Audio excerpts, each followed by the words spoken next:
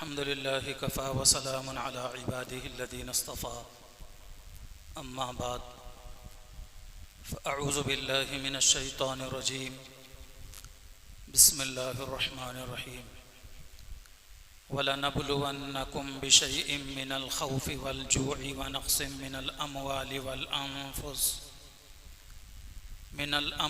वल अनफुसि वस्समरात वबश्शिरिस साबिरीन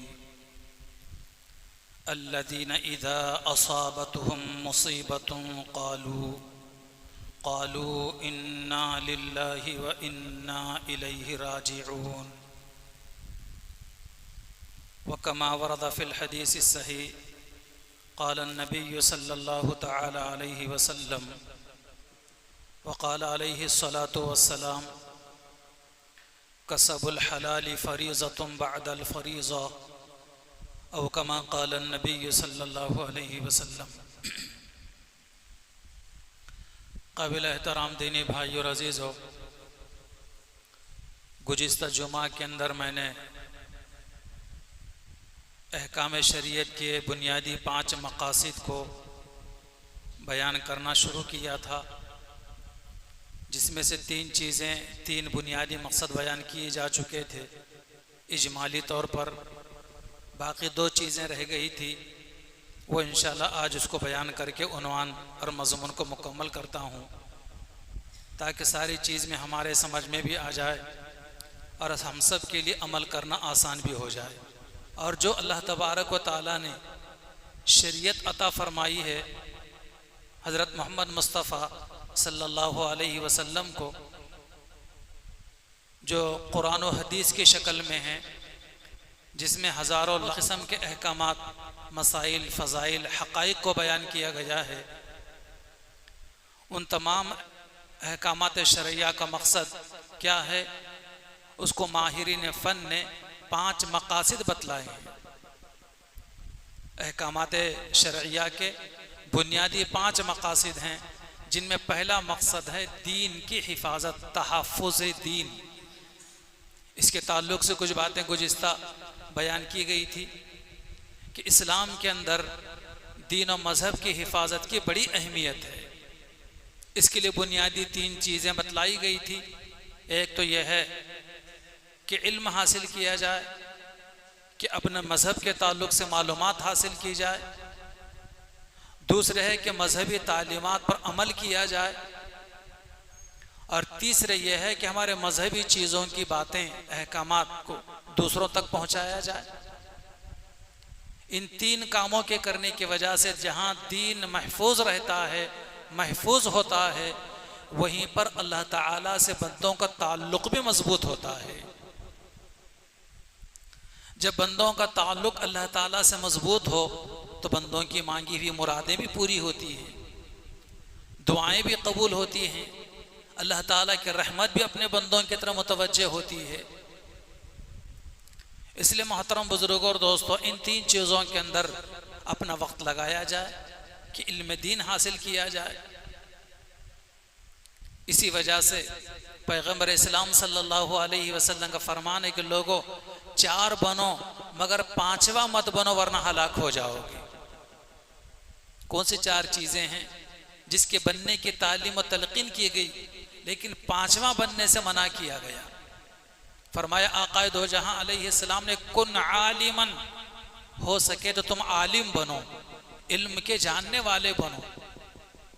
औ मुतअल्लिमन, आलिम अगर नहीं बन सके, कम अज़ कम इल्म दीन के हासिल करने वाले बनो, तालिब इल्म बनो, कि तालिब इल्म की भी बड़ी फजीलत है। और अगर ये भी नहीं बन सके तालिब इल्म, औ मुस्तमिअन, कि उलमा की बातें तवज्जो से सुनने वाले बनो।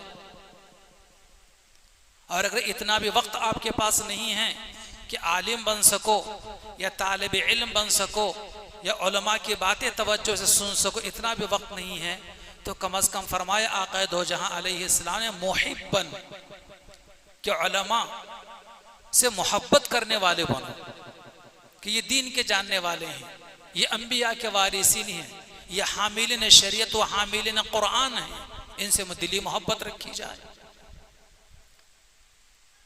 ये 4 चीज़ें लेकिन आप अलैहिस्सलाम फरमाए कि इन चार के अलावा पांचवा मत बोलो, फतुहलिकु, वरना हलाक हो जाओगे। क्या मुराद पांचवा मत बनो से? मुहद्दिसीन और मुफस्सिरीन और फुक़हा और हमारे असलाफ और बुजुर्गान दीन ने इसकी तशरीह यूं बयान फरमाई है कि उलमा के मुखालिफिन मत बनो, दीन का काम करने वालों के मुखालिफ मत बनो। उलमा के और उनकी खिदमात के अगर मुखालिफ बनोगे तो हलाक हो जाओगे। लेकिन आज हर मस्जिद में, हर इलाके में, हर महल्ले में चार दो लोग जरूर ऐसे होते हैं जो हाथ धोकर नहीं बल्कि नहा धोकर उलमा के पीछे पड़ते हैं। सारी खामियां उलमा में उनको नजर आती हैं, हालांकि हजारों खामियां खुद के अंदर मौजूद होती हैं। उलमा भी इंसान होते हैं, बशरी तकाजे उनके साथ भी लगे रहते हैं, शैतान उनके साथ भी लगा रहता है।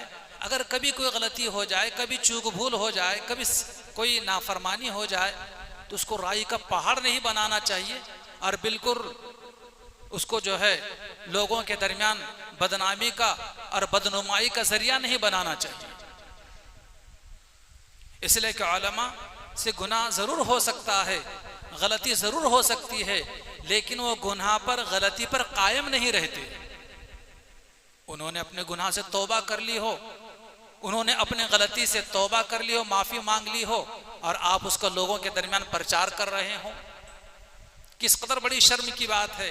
इसीलिए आप अलैहिस्सलाम फरमाते कि लोगों चार बनो, आलिम बनो या तालिब इल्म बनो या उलमा की बात तवज्जो से सुनने वाले बनो या कम से कम दर्जे में उलमा से मोहब्बत करने वाले बनो, लेकिन उलमा के साथ मुखालिफत करने वाले मत बनो। उलमा की मुखालिफत करने वाले मत बनो। फतुहलिकु, अल्लाह के नबी के अल्फाज है, वरना तुम हलाक हो जाओगे। बहरहाल अहकाम शरिया के बुनियादी मकासिद में से पहला मकसद यह है कि तहफ़्फ़ुज़ दीन, दीन की हिफाजत की जाए। और दूसरी चीज मैंने बतलाया था गुज़िश्ता जुमे के अंदर कि जान की हिफाजत, इंसानी जानों की हिफाजत इस्लाम के अंदर बड़ी अहमियत रखती है।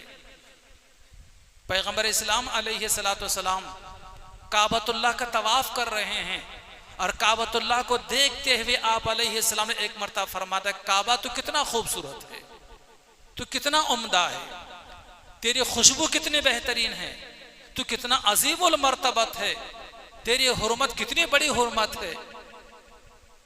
लेकिन फरमाया आप अलैहिस्सलाम ने, उस जात की कसम में जिसके कब्ज़े कुदरत में मोहम्मद की जान है सल्लल्लाहु अलैहि वसल्लम, एक मोमिन की जान और उसका माल काबतुल्लाह से भी ज्यादा एहतराम का हक रखता है। एक मोमिन की जान और उसका माल काबतुल्लाह की हुर्मत से भी ज्यादा मकाम रखता है। इतना ऊंचा मकाम है इंसान के जान का। भाइयों, इस सिलसिले के अंदर बहुत ज्यादा हमें मोहतात रहने की जरूरत है। एक तो ये चीज, पहली चीज तहफ़्फ़ुज़ दीन, और दूसरी चीज तहफ़्फ़ुज़ जान, और तीसरी चीज आप अलैहिस्सलाम फरमाते कि तहफ़्फ़ुज़ माल। अल्लाह ने जो माल दिया है, जो दौलत दी है, रुपया पैसा दिया है, सोना चांदी दी है, उसकी हिफाजत करना, फुजुल खर्ची नहीं करना, इसराफ नहीं करना, यहां वहां पैसा नहीं उड़ाना, हलाल तरीके से पैसे कमाना, हलाल मकामात पर उसे इस्तेमाल करना, हराम तरीके से दौलत कमाने से भी एहतियात करना, लुक़्मे हराम अपने मुंह में, पेट में उतारने से भी एहतियात बरतना। हजरत साद बिन अबी वक्कास रज़ियल्लाहु ताला अन्हु अशरे मुबश्शरा में इनका शुमार होता है। अशरे मुबश्शरा उन 10 सहाबा को कहा जाता है जिनको अल्लाह के नबी सल्लल्लाहु अलैहि वसल्लम ने दुनिया ही में जन्नत की खुशखबरी सुनाई थी कि ये जन्नती हैं। उन 10 लोगों में हजरत साद बिन अबी वक्कास रज़ियल्लाहु ताला अन्हु का भी शुमार होता है, उनका नाम आता है। हुजूर की खिदमत में हाजिर होते हैं और कहते हैं कि या रसूल अल्लाह, मेरे लिए दुआ फरमा दीजिए कि मैं मुस्तजाबुद दावात हो जाऊं। मुस्तजाबुद दावात का मतलब यह है कि मैं जब भी अल्लाह से दुआ मांगू तो मेरी दुआ कबूल हो जाए, इसे कहा जाता है मुस्तजाबुद दावात। अल्लाह के नबी सल्लल्लाहु अलैहि वसल्लम ने कोई लंबी चौड़ी नसीहत नहीं फरमाई, कोई बयान और वाज उनके सामने नहीं फरमाया, बल्कि एक मुख्तसर तरीन जामे तरीन एक लफ्ज बयान फरमाया। साद, अगर तुम चाहते हो कि मुस्तजाबुद दावात बन जाओ, अगर तुम चाहते हो कि मैं जब भी दुआ मांगो तो अल्लाह मेरी दुआ कबूल कर ले, तो फरमाया आप अलैहिस्सलाम ने कि साद, तुम लुक़्मे हलाल को इख्तियार करो, लुक़्मे हलाल का इस्तेमाल करो, इसके जरिए से तुम्हारी दुआएं हर वक्त कबूल हुआ करेंगी। आज किस कदर मुसलमान इसमें एहतियात करते हैं और किस कदर गफलत बरतते हैं, मुझे बोलने की जरूरत नहीं। आज क्या हाल है मुसलमानों का, जो आ रहा है, जहां से आ रहा है, जिस तरीके से आ रहा है, बाहर आना चाहिए, चाहे हलाल तरीके से आए, हराम तरीके से आए, चाहे किसी को धोखा देकर आए, किसी को झूठ बोलकर आए, चाहे किसी की दिली तकलीफ का बाइस बनकर आए, चाहे किसी को बेइज्जत करके आए, लेकिन आना चाहिए बस। मैं ये हदीस सुनाऊं आपको तो जहां आपके मालूमात में इजाफा होगा, वहीं पर खौफ खुदा भी पैदा होगा और अमल का ज़ौक़ और शौक़ भी पैदा होगा। अल्लाह के नबी अलैहिस्सलातु वस्सलाम फरमाते हैं, ला तज़ालु क़दमा इब्नु आदम यौमल क़ियामा हत्ता युसअल अन खम्सिन। बुखारी शरीफ की हदीस है। नबी करीम अलैहिस्सलातु वस्सलाम फरमाते हैं कि क़यामत के दिन मैदान महशर में अल्लाह तबारक व तआला के सामने से किसी आदमी के पैर कोई हिला भी नहीं सकता, यहां तक कि अल्लाह ताला बराह रास्त उसे 5 सवालात न कर ले। कब्र में 3 सवालात होंगे फरिश्तों के जरिए से, वास्ता दरमियान में फरिश्ते होंगे, हमें जवाब देना पड़ेगा। लेकिन क़यामत के दिन मैदान महशर में जो 5 सवालात होंगे, बराह रास्त अल्लाह तबारक व तआला सवाल करेंगे, हमको जवाब देना होगा। क्या सवालात होंगे? पहला सवाल, अल्लाह के नबी अलैहिस्सलाम ये फरमाते हैं क़यामत के दिन, अन उमरिही फीमा अफनाहु, जिंदगी के बारे में सवाल होगा कि तुमने अपनी जिंदगी कहां गुजारी। दूसरा सवाल होगा जवानी के बारे में, व अन शबाबिही, शबाब कहा जाता है जवानी को, व अन शबाबिही फीमा अबलाहु, तुमने अपने जवानी कहां गंवाई। इसलिए कि जवानी की उम्र की इबादत अल्लाह ताला को बहुत पसंदीदा है बुढ़ापे की इबादत के मुकाबले में। लेकिन क्या कहा जाए आज के नौजवानों के बारे में, देखिए पूरी सफ़ें, पूरी मस्जिद जवानों से खाली है। जब खुतबे के लिए खड़ा हुआ जाए 1:30 बजे के बाद हमारे नौजवान मस्जिद में आते हैं, हालांकि अजान के साथ मस्जिद में आने का हुक्म कुरान में है, सूरह जुमा के अंदर उसको बयान किया गया है, अजान के साथ मस्जिद में आना चाहिए। जुमे की अजान के बाद किसी भी किस्म की दुनियावी मसरूफियत हराम है। इसलिए हमेशा अपना यह मामूल बना जाए कि अजान के साथ हमारे दुकान की शटर बंद हो, घर छूट जाए, ऑफिस छूट जाए, और मैं अजान का जवाब देते हुए अजान खत्म होने तक मस्जिद में पहुंच जाऊं। इत्मीनान से वुजू भी हो जाता है, इत्मीनान से सुन्नतें भी पढ़ी जा सकती हैं, इत्मीनान के साथ उर्दू अरबी दोनों खुतबे हम सुन सकते हैं। क़यामत के दिन ऐसे जवानों के बारे में सवाल होगा कि तुमने अपनी जवानी कहाँ गुजारी। अन शबाबी, शबाब कहा जाता है जवानी को। अमजद हैदराबादी ने क्या खूब कहा था कि जो लोग जवानी की उम्र के अंदर गुनाहों में मसरूफ रहते हैं, जराइम पेशा होते हैं, और बुढ़ापे के अंदर फिर मस्जिद का खूंटा बनते हैं। अमजद हैदराबादी ने बहुत खूब शेर कहा था, अब ना दौरे शबाब बाकी है और ना दौरे शराब बाकी है। जवानी भी खत्म हो गई, जराइम का जमाना भी खत्म हो गया, अब ना दौरे शबाब बाकी है और ना दौरे शराब बाकी है। लज्जतें खत्म हो गई लेकिन लज्जतों का अजाब बाकी है। गुनाह करने का एक मुख्तसर सा वक्त होता है, चंद लम्हे होते हैं गुनाह करके लज्जत हासिल करने के, चंद मिनट होते हैं, चंद सेकंड होते हैं, लेकिन उसका अजाब बड़ा पायदार मुस्तकिल होता है। अल्लाह ताला हमारे नौजवानों की, हमारी नस्लों की पूरी ऐसे जराइम से, गुनाहों से हिफाजत फरमाए। दूसरा सवाल होगा क़यामत के दिन जवानी के बारे में, और तीसरा सवाल होगा क़यामत के दिन माल के बारे में। ये मैंने शुरू में बतलाया था ना कि अहकाम शरइया के बुनियादी 5 मकासिद में तीसरा मकसद है माल की हिफाजत। अल्लाह ने जो माल अता किया है उसकी हिफाजत की जाए। मैदान महशर में क़यामत के दिन जो सवाल होगा, तीसरा सवाल जो वहां यह सवाल होगा, अन मालिही, कि तुमने माल कहां से कमाया था, जराए आमदनी हलाल थे या हराम थे, क़यामत के लिए पूछा जाएगा। चौथा सवाल होगा मैदान महशर में, फीमा अनफक़हु, जो माल तुम्हें हासिल था, जो माल तुमने कमाया था, इस माल को कहां कहां खर्च किया, जायज मकामात पर खर्च किया या नाजायज मकामात पर पैसों को उड़ाया, नेकी और खैर के कामों में पैसा लगाया या गुनाहों के और जराइम के कामों में पैसा उड़ाया, सवाल होगा क़यामत के दिन। और पांचवा सवाल होगा मैदान महशर में अल्लाह ताला की तरफ से बराह रास्त,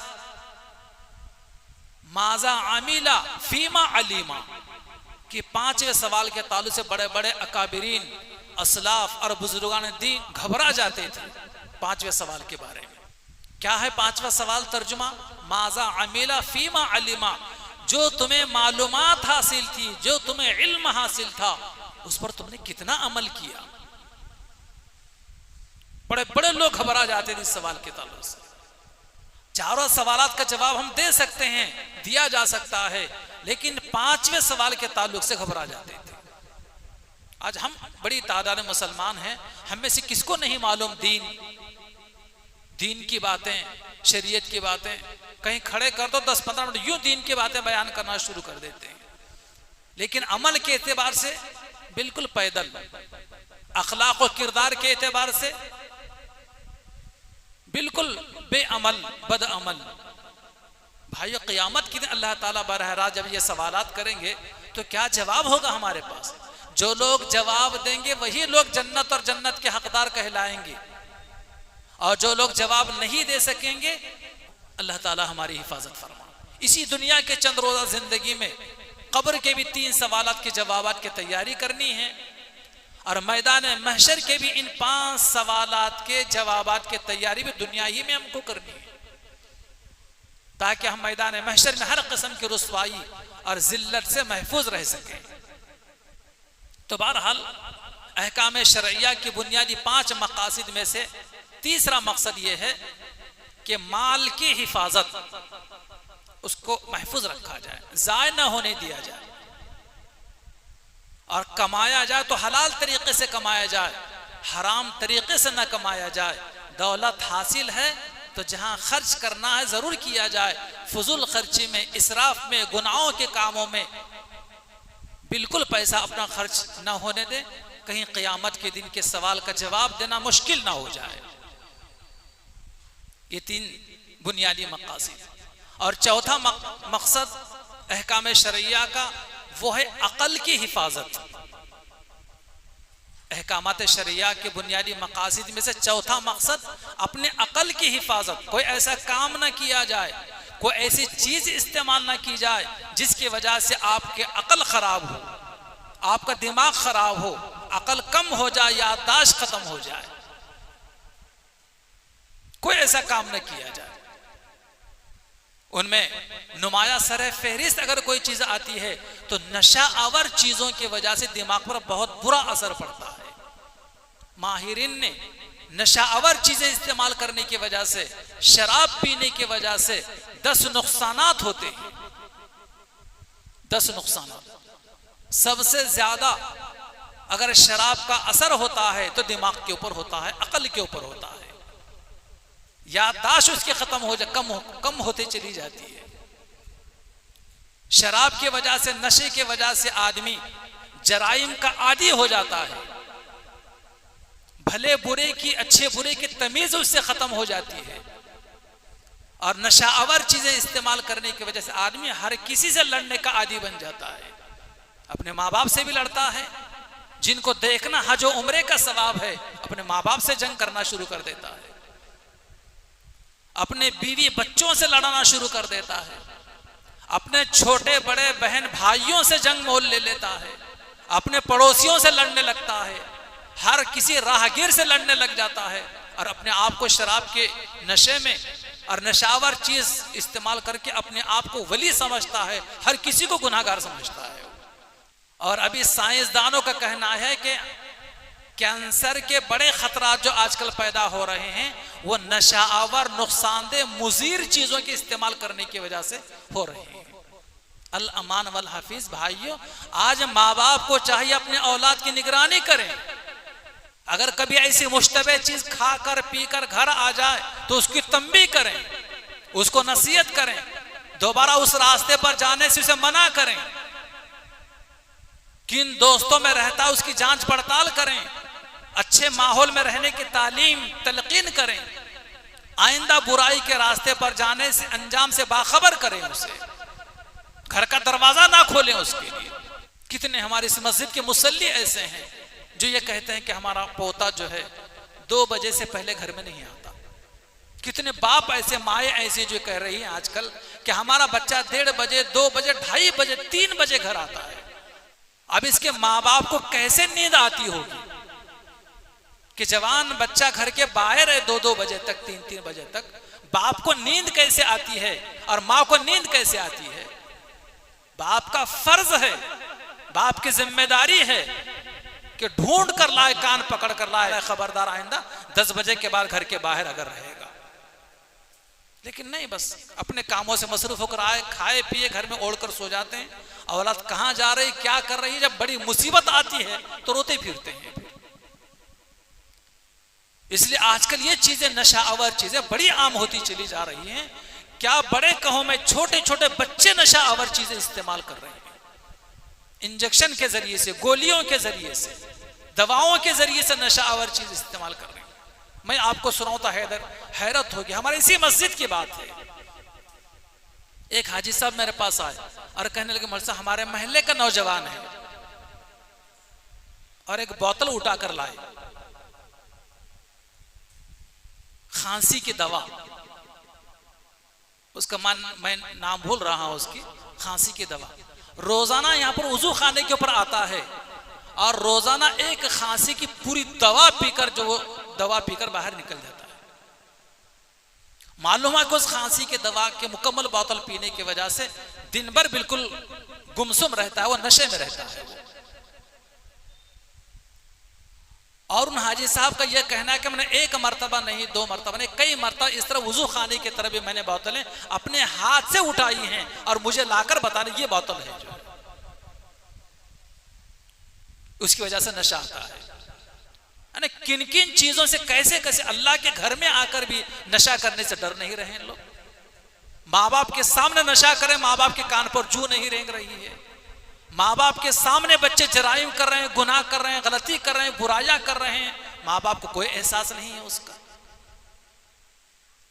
हालांकि कुरान और हदीस में इस ताल्लुक से बड़ी सख्त वईदें आई हैं कि अपने औलाद की कैसी निगरानी की जाए, कैसी तालीम की जाए, कैसी तरबियत की जाए कि तुम्हारी औलाद तुम्हारे लिए आंखों की ठंडक साबित हो, ना कि अजाब आखिरत।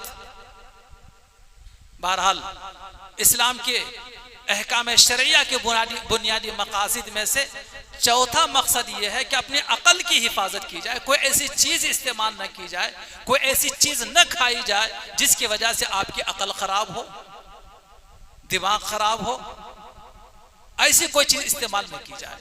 और 5वां मकसद अहकाम शरिया में से यह है कि अपने नस्ल की हिफाजत की जाए, अपनी नस्ल की। और नस्ल हासिल की जा सकती है सिर्फ और सिर्फ निकाह के जरिए से। अपनी ख्वाहिशात की तकमील की जा सकती है सिर्फ और सिर्फ निकाह के जरिए से। अपने शहवत को पूरी किया जा सकता है सिर्फ और सिर्फ निकाह के जरिए से। बगैर निकाह के ख्वाहिश पूरी करना और बगैर निकाह के जरिए से अपने शहवत को पूरा करना, चाहे किसी तरीके से हो, हराम है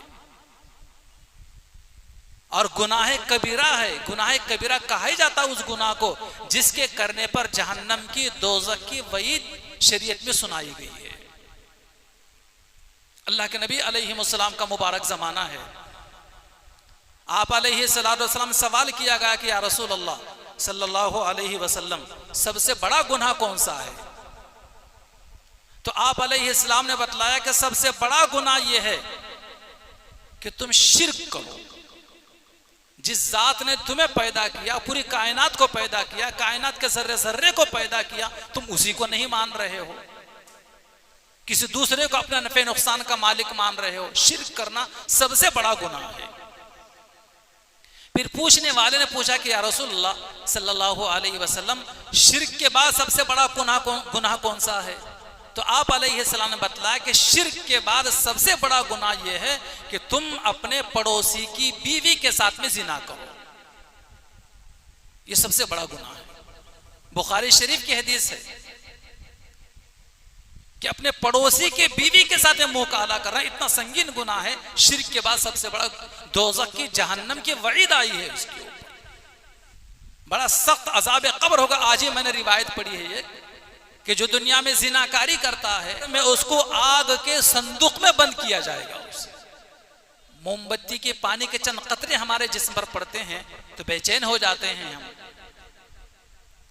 आग को उंगली लगाना कितना हमारे लिए मुश्किल हो जाता है, अगर आग के संदूक में बंद कर दिया जाए। अल अमान वल हफीज, अल अमान वल हफीज। इसलिए भाइयों, अपने नौजवानों की, अपने बच्चों की, अपने भाइयों की निगरानी की जाए, खौफ खुदा उन्हें दिलाया जाए, बुराइयों का डर खौफ उनको दिलाया जाए, अच्छा रास्ता बतलाया जाए, तकवा और परहेजगारी के वाकयात उन्हें सुनाए जाएं, जल्दी घर आने की तालीम और तलकीन उन्हें की जाए। ये कि अपने नस्ल की हिफाजत, हजरत उमर फारूक रज़ी अल्लाह ताला अन्हु ने नस्ल की हिफाजत के ताल्लुक से बुनियादी 3 चीजें बतलाई। अपने नस्ल की हिफाजत की एक तो है कि बीवी चुनकर लाई जाए, पाक दामन लाई जाए, नेक परहेजगार बाहया सौम सलात की पाबंद बीवी ढूंढ कर लाई जाए, इसलिए कि उसके पेट से बच्चे पैदा होने वाले, उसकी गोद तुम्हारे बच्चों का पहला मदरसा होगी। दूसरी चीज फरमाई आप अलैहिस्सलाम ने, अपने औलाद का नाम अच्छा रखो। सबसे बड़ी गलती आज हो रही है नाम के रखने का। ऐसा नाम ढूंढकर लोग रख रहे हैं कि बोलना भी मुश्किल, लिखना भी मुश्किल, और माजी में कभी वो नाम नहीं सुना गया था, ऐसा नया नाम ढूंढ कर ला रहे हैं। बच्चों के लिए भी और बच्चियों के लिए भी मुरव्वज नाम होना चाहिए, बामाना नाम होना चाहिए। अच्छे नामों के चक्कर में किसी यहूदी का भी, नसरानी का भी, औरों से गैरों से मिलते जुलते नाम रखे जा रहे हैं। अल अमान वल हफीज।